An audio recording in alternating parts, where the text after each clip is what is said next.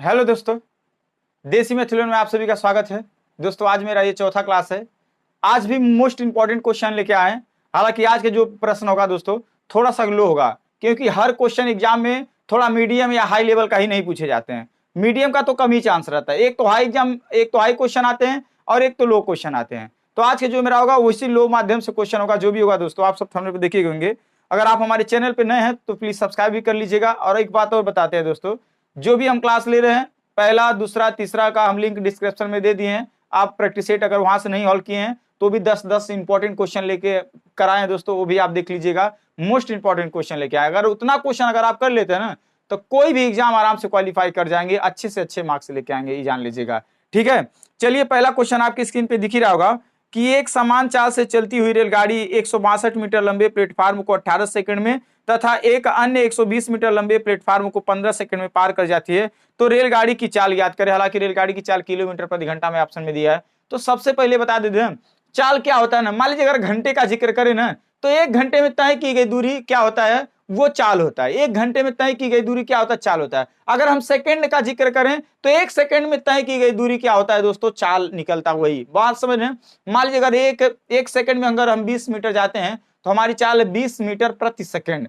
बात समझ रहे हैं। अगर हम यही चाल घंटे और किलोमीटर का जिक्र करें, अगर हम कहें 20 किलोमीटर जाते हैं 1 घंटे लेते हैं तो हमारी चाल होती है 20 किलोमीटर प्रति घंटा। दोस्तों ऐसा बनता है, यानी एक सेकंड में तय की गई दूरी या एक घंटे में जो भी जिसका जिक्र करता है वही उसका चाल होता है। बात समझ रहे ना। तो अब बताइए, क्वेश्चन दिया है कि एक रेलगाड़ी 162 मीटर 162 मीटर प्लेटफार्म को पार करती है तो 18 सेकंड समय लेती है। और यही 120 मीटर लंबे प्लेटफार्म को पार करती है, 120 मीटर लंबे प्लेटफार्म को तो 15 सेकंड लेती है। तो आप इससे यह समझेंगे कि जब रेलगाड़ी 162 मीटर दूरी तय करती है तो 18 सेकंड लेती है, जब 120 मीटर तय करती है तो 15 सेकंड लेती है। यहां दूरी कितना कम की आप चेक करेंगे, दूरी कितना कम की चेक कर लेंगे आप। ठीक है, दूरी कितना कम की 42 मीटर। और समय कितना कम ली, 3 सेकंड। समय कितना कम ली, 3 सेकंड। यानी आपको यह फाइनली पता चला कि ये जो रेलगाड़ी है ना 42 मीटर दूरी तय करती है 3 सेकंड में। बात समझ रहे ना, 42 किलोमीटर की 42 मीटर दूरी तय करती है 3 सेकंड में। क्या आप समझे। अब बताइए, अब कई सोचेंगे कि यहां से नहीं निकाल देंगे, अरे 18 सेकंड में 162 मीटर गई है तो हम 1 सेकंड में नहीं निकाल देंगे। अरे प्लेटफार्म को पार किए ना, तो प्लेटफार्म का भी दूरी होता है और उसका भी। तो यहाँ पे ही पता चला। इसलिए आप कभी भी ऐसा सवाल आएगा तो सीधे सीधा दूरी का और समय का अंतर ले लीजिएगा। फाइनली दूरी और समय होगा, यानी अगले 3 सेकंड में वो ना उसकी कैपेसिटी है 42 मीटर जाना। यानी 3 सेकंड में 42 मीटर जाना। तो दोस्तों क्या दिक्कत है, चाल बराबर क्या होता है, दूरी बट्टे समय। यानी 1 सेकंड में हम यही निकाल लेंगे, चाल बराबर दूरी बट्टे समय। हालांकि ये मीटर है सेकंड में, तो चाल मीटर प्रति सेकंड में आएगा। क्या आएगा, मीटर प्रति सेकंड में आएगा। बात समझ रहे ना। हालांकि आपके ऑप्शन में किलोमीटर प्रति घंटा में दिया है, तो इसी चलिया को हम किलोमीटर प्रति घंटा में बदलने के लिए 5/18 से क्या कर देंगे, गुणा कर देंगे। 3 छक 18 गुणा करेंगे, 6 दूना 12 और 6 चौक 24, 1 25। फिर दोस्तों 5 से भाग दे देंगे, 5 पचे 25, 1 जीरो लेकर 5 24, यानी 50.4 किलोमीटर प्रति घंटा चाला जाएगा। ऐसा कभी भी प्रश्न आएगा। बात मान लीजिएगा, ये कितना कम दूरी ली 42 मीटर, तो कितना कम समय ले रही है, यहाँ 3 सेकंड मतलब कम ले रही है। यानी पहले 18 में फिर 15 में, यानी 3 सेकंड में यानी 42 मीटर ये जा रही है। इसकी क्षमता है ट्रेन की, 3 सेकंड में 42 मीटर जा रही है। तो 1 सेकंड में कितना जाएगी, आप भाग देंगे तो हो सकता है 14 आएगा। हम इसे पे रोक दिए हैं, हम नहीं 14 काटे हैं, 14 यहाँ 42, फिर 14 को भी 5/18 से गुणा 18/5 से गुणा करके यही लाते हैं, आंसर यही आता है। बात समझ में। इस प्रकार से आप कोई भी सवाल आएगा दोस्तों आप आराम से कर सकते हैं। ठीक है, बाकी आप तो मेहनत देखते ही हम क्या कितना आप लोग के सामने मेहनत कर रहे हैं। चलिए अगला क्वेश्चन आपकी स्क्रीन पे देता है, इसे लगाने का प्रयास करेंगे आप लोग। ये भी मोस्ट इंपॉर्टेंट है, जान लीजिएगा। आज के भी जो सवाल है वो सब मोस्ट इंपॉर्टेंट सवाल है। ठीक है, आप इसे आराम से लगा सकते हैं। ठीक है, आप इसे आराम से लगा सकते हैं। एक नाव धारा की दिशा में 24 किलोमीटर की दूरी 4 घंटे में तय करती है तथा धारा के विपरीत इतनी ही दूरी तय करने में 6 घंटे लेती है, तो शांत जल में नाव की चाल ज्ञात करें। दोस्तों ऐसा भी कभी भी सवाल आ जाएगा ना, तो मान लीजिएगा कोई भी नाव ना अगर धारा की दिशा में अगर जाती है ना तो धारा का भी चाल उसके साथ रहता है और नाव की भी चाल उसके साथ रहता है। बात समझ रहे ना। अगर धारा के विपरीत में जाती है तो क्या करता है, नाव धारा थोड़ा नाव का चाल कम कर देता है, इस हिसाब से समझते हैं ना। तो जो भी ये चाल अगर आप निकालेंगे ना तो पहले धारा की दिशा माने x plus Y, X plus Y में इसलिए मारे, मान लीजिए नाव की चाल x है और धारा की चाल y है, तो मान लीजिए टोटल अगर चालन आएगा x प्लस वाई बराबर कितना दूरी तय करती है, 24 किलोमीटर की दूरी तय करने में कितना घंटा लेती है, 4 घंटा। यानी धारा की दिशा में उसकी चाल क्या बनेगी, 4 6 24, 6 किलोमीटर प्रति घंटा। बात समझ रहे हैं ना, थोड़ा ज्यादा नीचे करना चाहिए ना हमें, हाँ ठीक है कोई बात नहीं है। तो मान लीजिएगा दोस्तों आप बताइए x प्लस वाई बराबर 24/4 हम किए हाई x प्लस का निकाल रहे हैं, धारा की दिशा में नाव की चाल ज्ञात कर रहे हैं। तो धारा की दिशा में x प्लस वाई यानी धारा की दिशा में दोनों का चाल जुड़ जाता है ना, तो फाइनली हमारा चाल का आया 6 किलोमीटर प्रति घंटा। अब यही नाव उतनी ही दूरी मानो 24 किलोमीटर की दूरी धारा के विपरीत में माने x माइनस वाई 24 किलोमीटर की दूरी कितने घंटे में तय करती है, 6 घंटे में। तो यहाँ इसकी चाल जो है 4 किलोमीटर प्रति घंटा फाइनली बन रहा है। तो कभी भी दोस्तों अब मान लीजिए x प्लस वाई बराबर 6 किलोमीटर प्रति घंटा, x माइनस वाई बराबर 4 किलोमीटर प्रति घंटा, ऐसा कभी भी आ जाएगा पैटर्न। ये इस पैटर्न का बहुत सारा ऐसा सवाल देता है, कहता है दो संख्याओं का योग इतना है और अंतर उनका इतना है, तो बड़ी संख्या छोटी संख्या ज्ञात करें। तो अभी शांत जल में नाव की चाल ज्ञात करना होगा ना, जानते क्या करिएगा, ये जब पैटर्न मिल जाए ना तो दोनों को जोड़िएगा, 2 से भाग दे दीजिएगा, आंसर आ जाएगा 10, भाग देंगे तो 5 किलोमीटर प्रति घंटा आंसर आ जाएगा। बात समझ रहे ना, यानी चाल जो आ जाएगा 5 किलोमीटर प्रति घंटा। देख लीजिएगा धारा के 4 6 है, कोई दिक्कत है तो बता दीजिएगा। इस प्रकार से कोई भी सवाल आ जाएगा तो आप इसे आराम से कर लेंगे। बात समझ रहेंगे, समझ रहे। चलिए दोस्तों अगले क्वेश्चन की तरफ बढ़ते हैं। अगला क्वेश्चन क्या दिया है, ये सब सवाल जो भी आता है ना आपके हित के लिए अच्छा सवाल आते हैं, ठीक है। नाव तथा धारा का है बस। अब अगला क्वेश्चन आपके स्क्रीन पे दिया है, ये भी मोस्ट इंपॉर्टेंट सवाल है, जान लीजिएगा। ये मिश्रण का सवाल है। नीता 180 रुपए प्रति किग्रा की चाय को 200 रुपए प्रति किग्रा की चाय के साथ 5 संबंधित 3 के अनुपात में मिलाकर बने मिश्रण को 210 रुपए प्रति किग्रा के भाव से बेचती है, तो उसका लाभ प्रतिशत ज्ञात करें। ये सवाल आपका थोड़ा सा इंपॉर्टेंट सवाल है दोस्तों। उसको समझाने के लिए ना थोड़ा सा हम आपको एक लॉजिक बता रहे हैं। जानते क्या है, 2 प्रकार की चाय है। मान लीजिएगा एक चाय जो है 180 रुपए किलो बिक रही है। एक चाय मान लीजिए एक ए नाम की कोई चाय है वो 180 रुपए किलो बिक रही है। अब बी नाम की कोई चाय है वो कितना बेच रही है, 200 रुपए किलो। 200 रुपए किलो। ये दोनों को ना जानते किस अनुपात में मिला दी है, किस अनुपात में, 5 संबंधित 3 के अनुपात में। 5 संबंधित 3 के अनुपात में मिला दी। मिलाना मतलब ही होगा कि 5 किलो इसको रखेगी तो 3 किलो इसको रखेगी। चलिए मान लीजिए अगर मिला दे तो उसका क्रय मूल्य पहले कितना बनेगा ये जान लीजिएगा। 180 रुपए किलो चाय ये वाली है एक किस्म की, तो इसको कितना मिला रहा है, 5 केजी। तो बताइए 18 25 90 900 रुपया तो यहां से लगाया होगा। मान लीजिए 5 किलो चावल चाय मिलाता है 180 रुपया केजी वाला चाय, तो कितना टोटल बनेगा, रुपया कितना बनेगा, 900 रुपया बनेगा। फिर 200 रुपया वाला चाय 3 केजी मिलाएगा तो इसका कीमत 2 तिहाई गुणा कर दीजिएगा, 2 तिहाई 600, दोनों को जोड़िएगा तो पता चलेगा वो लगाया कितना, 1500 रुपया टोटल उसका मिलाने पे बना, भी मिलाने पे 1500 मिला। अब कह रहा है यह दोनों को मिला के बने मिश्रण को 210 रुपया किलो बेच दे। मान रहे ना 210 रुपया किलो के भाव से वो मानो प्रति किग्रा के 210 रुपया किलो के हिसाब से बेच दे। मानो 1 किलो 210 रुपया मिलाने के बाद 1 किलो 210 रुपया में बेच दें तो उसका क्या होगा, लाभ प्रतिशत ज्ञात करें, ये पूछा है। तो मानिए टोटल 5 और 3 8 केजी क्या है, 8 केजी दोस्तों उसे मिश्रण मिला है। आप प्रत्येक मिश्रण केजी को 210 रुपए में बेचना चाहता है तो बेच दीजिए। 8 गुना 0 8 1 9 8 8 दूना 16, यानी बेचेगा तो उसे 1680 रुपया मिलेगा।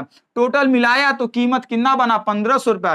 टोटल बेचा तो कितना मिला, 1680 रुपया। लाभ कितना का हुआ दोस्तों, 180 रुपया का। कहां से होगा, हमेशा क्रय मूल्य से ही देखा जाता है। गुड़े दोस्तों 100% कर देंगे, आंसर आ जाएगा 0 से 0 कैंसिल, आप 15 बरहियम 180 होता है, यानी 12% का उसका क्या होगा, लाभ होगा। सीधी सीधी बात आप समझ लीजिएगा कि 1500 रुपया में खरीदा और 1680 रुपया में बेच दिया, बस यही से लाभ परसेंट नहीं निकाल लीजिएगा। 180 रुपया का लाभ होगा, ऊपर होगा, नीचे क्रय मूल्य गुणे 100% कर दीजिएगा। इस प्रकार से कोई भी सवाल आ जाएगा आप ईमानदारी से कर लेंगे। ये मिश्रण का सवाल है, जान लीजिएगा, ठीक है। आंसर आ जाएगा 12%। क्या आ जाएगा, 12%। समझ रहे हैं ना, कोई भी सवाल होगा आप बेहिचक कर लेंगे। बात मान लीजिएगा, आप हमारे पास बने रहें, हम आपको अति महत्वपूर्ण प्रश्न लेके आएंगे जो एग्जाम में बार बार पूछे जाते हैं, जो एग्जाम में बार बार पूछे जाते हैं दोस्तों, बार बार पूछे जाते हैं। कई एग्जाम का एनालिसिस करने के बाद हम आपको पढ़ा रहे हैं दोस्तों, ठीक है। चलिए अगला क्वेश्चन आपके देते हैं स्क्रीन पे। ये इस टाइप का प्रश्न हमने शायद क्लास दूसरे में दिया था, ठीक है। कोई धन साधारण ब्याज की एक विशेष दर पर 2 वर्ष के लिए उधार दिया गया, यदि ब्याज की दर 1% अधिक होता तो इसे 240 रुपये अधिक मिलता, तो वह धन कितना है। बस ये सवाल हम आपको पिछले वीडियो में दिए थे दोस्तों, पिछले क्लास में। ये साधारण ब्याज का मोस्ट इंपॉर्टेंट सवाल है जो एग्जाम में पूछा था। इस टाइप का सवाल दोस्तों यूपी पुलिस कांस्टेबल में भी पूछा गया था। इस सवाल जो भी था यूपी पुलिस कांस्टेबल में पूछा गया था। ऐसा सवाल कभी भी आता है तो हम क्या कहते हैं, मान लीजिएगा वो धन 100% है, मान लीजिएगा दोस्तों वो धन कितना है, 100% है। अच्छा मान लीजिएगा टाइम तो एक ही है, दो वर्ष टाइम है ना। चलिए कोई इसमें दर नहीं दिया ना मूलधन दिया, हम पिछले भी क्लास में जिक्र किए थे। तो बताइए मान लीजिए अगर हम दर कितना मान ले, आप खुद स्वेच्छा से बताइए, 2 मान ले, 4 मान ले, 5 मान ले। चलिए हम दर मान लेते हैं 5% मान लेते हैं दर। तो एक बात बताइए, अगर हमारा मूलधन 100 रुपया रहे और टाइम 2 साल है और दर 5% है तो ब्याज कितना मिलेगा, 5 दूना 10। और ऐसे भी बताते 100 का रहता है डायरेक्ट गुणा कर दीजिए, समय और दर का गुणा करते हैं तो ब्याज ही मिलता है। यहाँ ब्याज कितना मिलेगा, 5 दूना 10% ब्याज मिलेगा। अब दूसरी बार कह रहा है यह समैया रहे, मनो समैया तो एक ही दिया 2 वर्ष, पर दरवा 1% अधिक कर दिया, यानी 5 की जगह यहाँ 6 कर दिया, तब ब्याज देखिए कितना मिल रहा है, तब 12% यहाँ मिलेगा। तो देखिए यहाँ कितना अधिक मिला, 2%, यहाँ कितना अधिक मिला, 2%। अब क्वेश्चन में कह रहा है 240 रुपया अधिक मिला है, यानी 2% बराबर 240। तो दोस्तों 1% का मान निकालने के लिए इसका भाग आइए तो नीचे ला दीजिए, फिर 100 का गुणा करिए, या तो इसे काटिए, 2 1 का 2 काटेंगे, 120 बार जाएगा। 1% का मान जो आएगा 120। आपको वो धनराशि पूछ रहा है तो धनराशि हमारी 100 है, गुणा कर देंगे, आंसर आ जाएगा 12,000 दोस्तों। क्या आ जाएगा, 12,000। क्या दिक्कत है इस सवाल में लगाने में, कोई दिक्कत हो तो बता दीजिए, ऐसा तो नहीं लग रहा है कोई दिक्कत है। आप इसे ईमानदारी से लगा देंगे, ठीक है, आप इसे ईमानदारी से लगा देंगे, कोई भी सवाल होगा, ठीक। आंसर आ जाएगा दोस्तों 12,000। क्या बात है, सवाल आंसर देते रहिए, मजा आ रहा है। अगर आपका आंसर आता है ना तो बहुत खुशी मिलता है, ठीक है। आंसर आपका आता है तो बहुत मजा आता है, ठीक है। 12,000, बहुत बढ़िया, बहुत बढ़िया, आप लोगों का आंसर 12,000 आया है, ठीक है। चलिए अगला क्वेश्चन आपके स्क्रीन पे दिया है, कौन सी धनराशि 25% वार्षिक चक्रवृद्धि ब्याज की दर से 2 वर्षों में ब्याज 9,000 रुपया देगी। यानी आपसे पूछ रहा है कौन सी धनराशि, यानी आपसे मूलधन पूछ रहा है, यानी कौन से मूलधन पर आप 25% वार्षिक दर लगाएंगे और 2 सालों में वो ब्याज देगी 9,000 रुपया। ऐसा सवाल कभी भी आएगा। ये चक्रवृद्धि ब्याज का है, यानी कंपाउंड इंटरेस्ट का सवाल है दोस्तों। इसको कैसे लगाएंगे, हम कई तरीका बताते हैं। हालांकि यहाँ पे एक तरीका हम आपको बता रहे हैं कि भिन्न में कन्वर्ट करके बताना। भिन्न में कन्वर्ट करना, मान लीजिएगा 25% रेट दिया तो सबसे पहले 25% को भिन्न में बदलिएगा, 25/100 परसेंटेज हटाएंगे, 25 से करना 25, 25 चौका 100, बस। ये नीचे वाला हमेशा मान लीजिएगा मूलधन। आपको हम मूलधन और मिश्रधन और ब्याज का अनुपात में इससे सवाल को लगा रहे हैं, ठीक है। तो नीचे वाला हमेशा मूलधन होता है। तो मान लीजिएगा अगर पी हमारी 4 रुपया है, मूलधन 4 रुपया है, 1 रुपया ब्याज अगर बढ़ेगा तो कितना हो जाएगा हमारी राशि, 5 रुपया होगा कि नहीं होगा। मानो 4 रुपया अगर हम बैंकों में जमा करें, 1 रुपया बढ़ जाएगा तो हमारी मिश्रधन कितना होगा, 5 रुपया होगा। टाइम 2 साल दिया है तो एक बार और ही लिख दीजिएगा, क्या दिक्कत है, गुणा कर दीजिएगा, 4 चौ 16 या 5 पचे 25। ये हमारा मूलधन मिला, ये हमारा मिश्रधन मिला। आपको ब्याज का जिक्र करा है, ब्याज का यानी SCI का जिक्र किया है, तो मिश्रधन में से मूलधन को घटाते हैं तो ब्याज मिलता है, यानी 3 अनुपात हमें मिला है, एक मूलधन का, एक मिश्रधन का और एक ब्याज का मिला। अब इन तीनों डेटा में से कोई एक डेटा दिया रहेगा, उसी के बराबर रख दीजिएगा। आपको दिया है ब्याज, तो ये अनुपात में ब्याज कितना दिया है, 9, और क्वेश्चन में कितना दिया है, 9,000। 9 बराबर 9,000, 9 1 का 9, 9 1 का 9, 1 बराबर 1,000। आपसे क्या पूछा है, वही धनराशि ज्ञात कीजिए। तो 16 बराबर दोस्तों क्या हो जाएगा, 16,000 आंसर आ जाएगा। क्या आ जाएगा, 16,000 धनराशि आ जाएगा। अगर आपसे मिश्रधन पूछता है तो आप 25 से गुणा कर देते हैं, आपका आंसर आ जाता है। बात समझ रहे हैं, नहीं समझ रहे हैं, यहां से इस प्रकार से सवाल को हल कर सकते हैं आप, ठीक है। इस सवाल में कह रहे हैं, आज के भी सवाल में ऐसा नहीं है कि एकदम ही लो सवाल है, पर जो भी सवाल है मोस्ट इंपॉर्टेंट सवाल है, जो हर बार पूछे जाते हैं, किसी न किसी एग्जाम में, खास करके यूपी पुलिस कांस्टेबल में तो इसे आराम से पूछा जा सकता है। ठीक है, आराम से पूछा जा सकता है। ये सवाल आपके सामने जो पेश कर रहे हैं दोस्तों, वो बेहतरीन सवाल है। बस आपके हाथों में है, आप बहुत कुछ कर सकते हैं। आपके हाथों में है लाइक, आपके हाथों में शेयर, आपके हाथों में सब्सक्राइब। दोस्तों आपसे निवेदन करते हैं, हमारी मेहनत के लिए आप कर दीजिएगा, आपका कुछ नहीं जाएगा, ना आपका घर चला जाएगा, ना आप कहीं मतलब आप भी, कोई दिक्कत नहीं, आपको भी कुछ नहीं होगा। दोस्तों आई एम रियली सॉरी, ये निकल गई मुझसे, ठीक है बातें, पर हम यही कहना चाहते हैं आप अच्छे रहेंगे, अच्छे से पढ़ेंगे, अच्छे से नौकरी करेंगे। आप भी एक बार दोस्तों आप हमारे चैनल को सब्सक्राइब कर लीजिए। ठीक है, एक पहिया 88 किलोमीटर की दूरी तय करने में 4000 चक्कर लगाता है। मोस्ट इंपॉर्टेंट क्वेश्चन है। एक पहिया है, वो 88 किलोमीटर की दूरी तय करने में 4000 चक्कर लगाता है। 4000 चक्कर लगाता है तो पहिए की त्रिज्या ज्ञात करिए। ये सवाल आपका मोस्ट इंपॉर्टेंट है। सबसे पहले हम आपको पहिया बना के कुछ चीजें समझा दे रहे हैं। दोस्तों ये होता है पहिया। ये पहिया का अगर हम ऐसे काट दे कैंची से ना, तो ये जितनी लंबाई बनेगी ना, समझिएगा एक चक्कर ही होता है। यानी पहिया निचवा से लेके एक बार फिर नीचवा आ जाए ना, तो ये क्या चक्कर होता है। तो एक चक्कर मतलब ही होता है उसकी परिधि ही एक चक्कर होता है। यानी ये मान लीजिए गोला बन गया ना, तो इसको समझिए वृत्त है। क्या समझिए, वृत्त है। तो एक चक्कर का जो मान होता है ना दोस्तों, वो 2 पाई आर के बराबर होता है। इसका एक चक्कर जो होता है, ये बाहरी मपवा, वो 2 पाई आर होता है। तो सबसे पहले इसका तो हम जिक्र करेंगे नहीं, तो सबसे पहले हम ही जाने कि जो पहिया है एक चक्कर में कितना दूरी तय कर रही है। हालांकि वहां पे किलोमीटर दिया है और ऑप्शन में त्रिज्या मीटर में दिया है, तो इसी हिसाब से किलोमीटर को सबसे पहले हम मीटर में कन्वर्ट करेंगे, फिर देखेंगे, फिर ये देखेंगे कि एक चक्कर में कितना दूरी तय कर रही है। यानी 4000 वो चक्कर ली है, टोटल 88 किलोमीटर की दूरी तय की है। छोड़िए 88 किलोमीटर को मीटर में कन्वर्ट करने के लिए आप 1000 से गुणा कर दीजिएगा, तो टोटल इसे हम कहेंगे मीटर में। हम इसको नहीं इकट्ठा करेंगे, 88,000 नहीं करेंगे, क्योंकि हमें बाद में जानते हैं हमें काटना है ना, इसलिए नहीं कटेंगे। तो 4000 चक्कर बराबर 88,000 मीटर। तो एक चक्कर बराबर अगर चाहें तो इसको ले आके भाग करा दीजिए।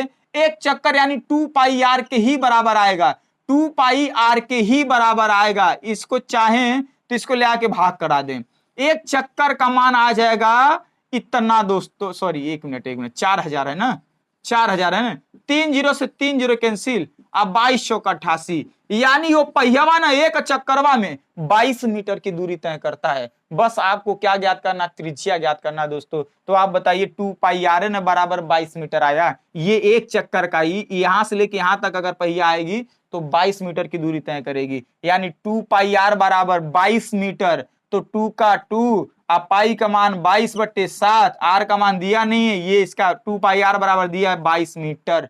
ठीक है, अब क्या करना है, ईमानदारी से इसको रोक के इसको पलट देना, नहीं तो इस काट दीजिए। 22 से 22 कैंसिल, ये चला जाएगा ऊपर और ये चला जाएगा नीचे। तो आर बराबर 7/2 हो जाएगा, भाग देंगे 3.5 मीटर त्रिज्या आ जाएगी।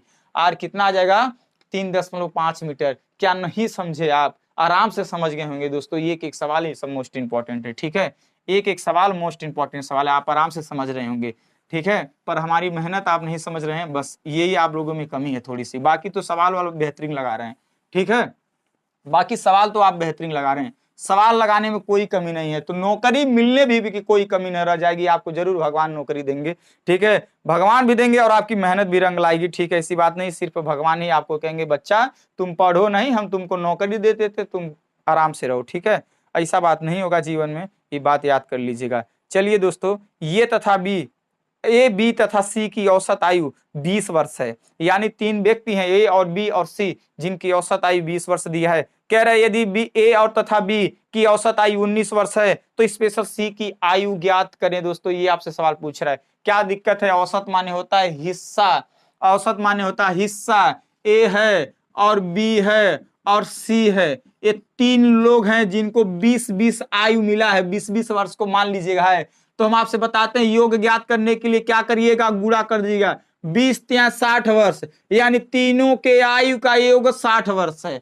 क्या समझे आप? समझ रहे हैं नहीं समझ रहे हैं? ए बी सी की औसत आयु कितनी है? 20 है। तो हम 3 का गुणा काहे कर रहे हैं? हम औसत माने बताते हैं, हमेशा हिस्सा होता है, यानी प्रत्येक को 20 वर्ष का बताया जाए और तीनों का जोड़ दिया जाए, योगफल कितना आएगा? 60 ही ना आएगा? तो चाहे गुणा कर दीजिए आंसर आज, ठीक है। अब क्या बता रहा है? ए और बी का पर्सनल औसत दिया है, ए और बी का औसत 19 दिया है, तो इसमें हम किसका गुणा कर देंगे? 2 का योग निकालने के लिए। 19 दूना 38।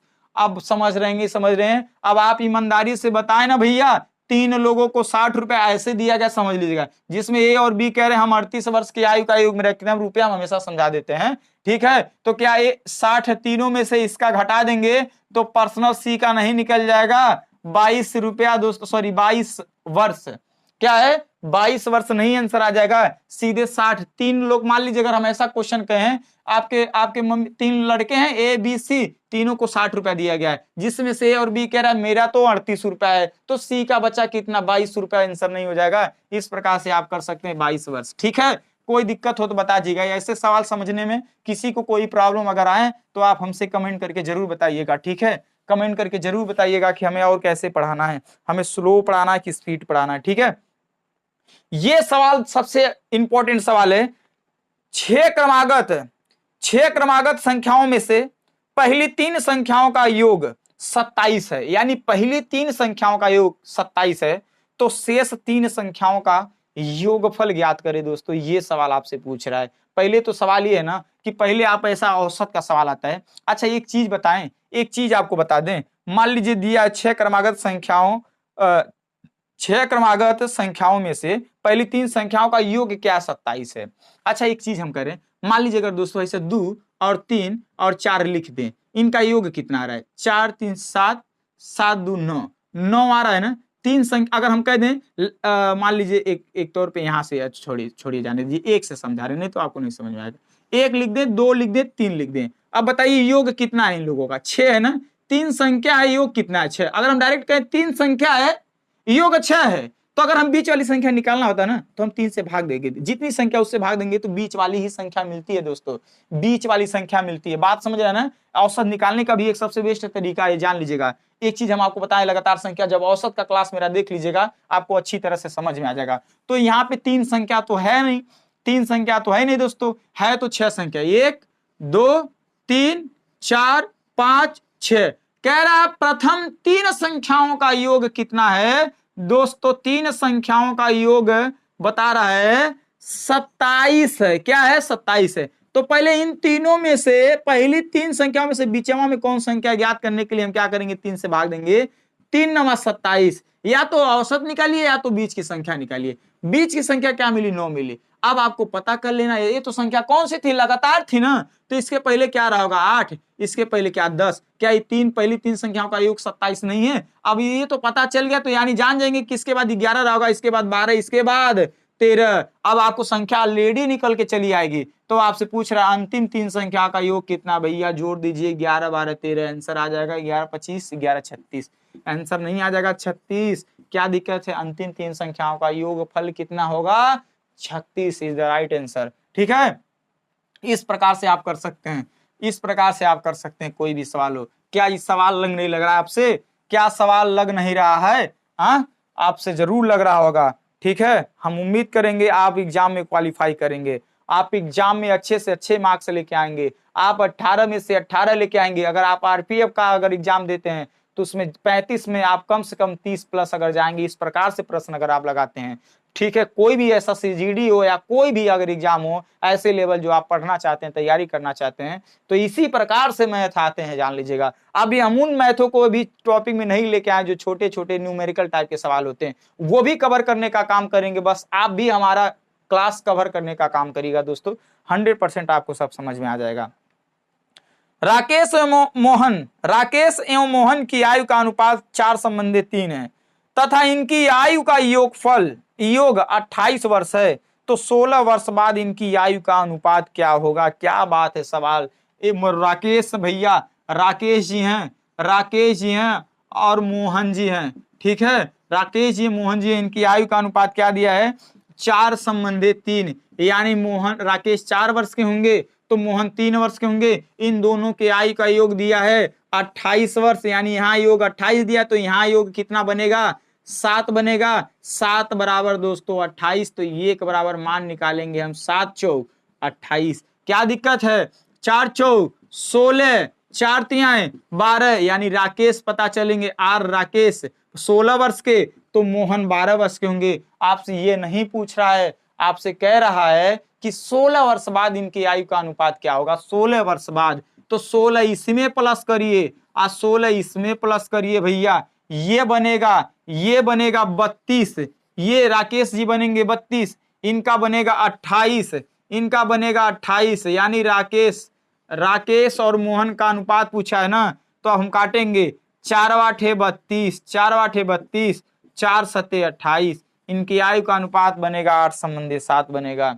इनकी आयु का अनुपात कितना बनेगा 8 संबंधी 7 बनेगा, आंसर आ जाएगा। इस प्रकार से आप कर सकते हैं। अगर आप हमारे चैनल पे नए हैं तो एक बार बार कहें दोस्तों लाइक कर दीजिएगा, ठीक है। इसी प्रकार से हर एक सवाल लेके आएंगे आपके सामने, हर एक क्वेश्चन को ढूंढ के लेके आएंगे जो आपके एग्जाम में बार बार पूछे जाते हैं। काहे आप नहीं हमारी बात मान रहे हैं, आपको लग रहा है, ठीक है। बस यही है, आपको हर सवाल बताना है, यही है कि आपको यूपी पुलिस बनाना है, ठीक है। आपको यूपी पुलिस बनाना है। इतने मेहनत, इतनी गर्मी, अब का ही बताएं कैसे क्या होता है, ना कूलर काम कर रहा है ना कुछ काम कर रहा है, बस एसी नहीं है, यही बात का दर्द है और दुख है। एक आयत की लंबाई में 20% की वृद्धि करने तथा चौड़ाई में एक आयत की लंबाई में 20% की वृद्धि करने तथा चौड़ाई में 20% की कमी करने पर इसके क्षेत्रफल में कितने परसेंट की कमी आएगी। दोस्तों ऐसा कभी भी सवाल आएगा, कभी भी ऐसा सवाल आएगा, तुरंत मान लीजिएगा। पहले आयत का क्षेत्रफल 100 रहा, एक अलग नियम से बता रहे हैं, ये वाला नियम हर जगह काम करता है। अगर ये सवाल ऐसा भी अगर आ जाता ना, एक व्यक्ति की आय में 20% की वृद्धि किया गया, फिर पुनः 20% की कमी किया गया, उस व्यक्ति की आय में क्या परिवर्तन हुआ, ऐसा टाइप का हर एक सवाल आप लगा लेंगे इस पे, ठीक है। मानिएगा आयत का क्षेत्रफल पहले 100 था, अब क्या किया गया, इसके चौड़ाई में कितना, लंबाई में 20% की वृद्धि किया गया और चौड़ाई में कितना किया 20% की कमी, तो 100 के जगह यहाँ 120/100 करिएगा, अब फिर 20% की कमी तो 80/100 कर दीजिएगा। 80 कमी रहेगा तो 100 में से घटा के लिखिएगा, अब वृद्धि रहेगा तो 100 में से जोड़ के लिखिएगा। इतना जोड़ने के बाद आप दोस्तों ईमानदारी से ऐसे काट दीजिएगा, ऐसे काट दीजिएगा। 12 8 96, आप खुद बताइए, पहले आप कितना माने थे 100%, अब क्षेत्रफल कितना मिला 96, क्या हुआ 4% की कमी नहीं हुआ। अरे हम ऐसे नियम से करते हैं तो ऊपर 4 लिखते, नीचे 100 लिखते, गुणे 100 लिखते हैं, फिर काटते, फिर वही नहीं आता कमी, क्योंकि 100 से जो भी कमी या बेसी देखा जाता है वही उसका परसेंटेज हो जाता है दोस्तों, वही उसका परसेंटेज हो जाता है। क्या आप समझे? हम आपसे बस यही कहना चाहते हैं, ये 10 प्रश्न जितना भी था मोस्ट इंपॉर्टेंट था। अगला भी क्लास जो भी आएगा वो भी एकदम इंपॉर्टेंट सवाल लगा, उतार चढ़ाव होता रहेगा प्रश्नों में, कभी हाई कभी लो कभी मीडियम आता रहेगा, इससे आप टेंशन नहीं लीजिएगा। इसलिए हम ऐसा काम करेंगे ताकि आपका जो भी लेवल का आए एग्जाम में आप उसे करके ही आए, एक एक पैटर्न करके आए, एक एक सवाल करके आए, आपसे छूटे ना कोई सवाल, ठीक है। बाकी ये काम आप गलती करें, बस यही हमारा काम नहीं कर रहे हैं। अगर आप नए हैं तो प्लीज सब्सक्राइब कर लीजिएगा, आपका कुछ नहीं जाएगा, कुछ नहीं जाएगा, हमारा बहुत कुछ हो जाएगा। बस यही जानिए, ठीक है। बाकी कोई भी क्लास रहेगा दोस्तों, हम हमेशा कंटिन्यू बने रहेंगे आपके साथ, बस आप हमें सपोर्ट करिए, बहुत मेहनत करते हैं, ठीक है, बहुत मेहनत करते हैं। चलिए दोस्तों मिलते हैं नेक्स्ट क्लास में, तब तक के लिए जय हिंद जय भारत।